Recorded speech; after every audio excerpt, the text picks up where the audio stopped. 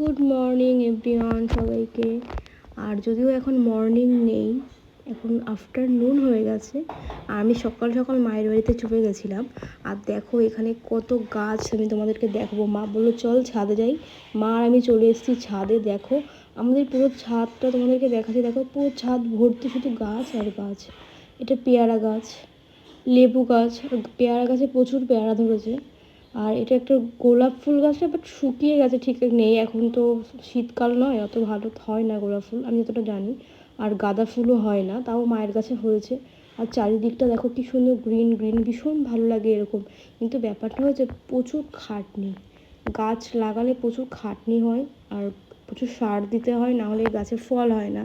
বাবা প্রচুর খাটে, মাও প্রচুর খাটে। আর দেখো এটা গন্ধরাজ লেবু কতটা বড় হয়েছে আমি এই জন্য তোমাদেরকে হাতে নিয়ে দেখালাম। তারপর এখানে জবা ফুল গাছ। আর এটা কী গাছ বলো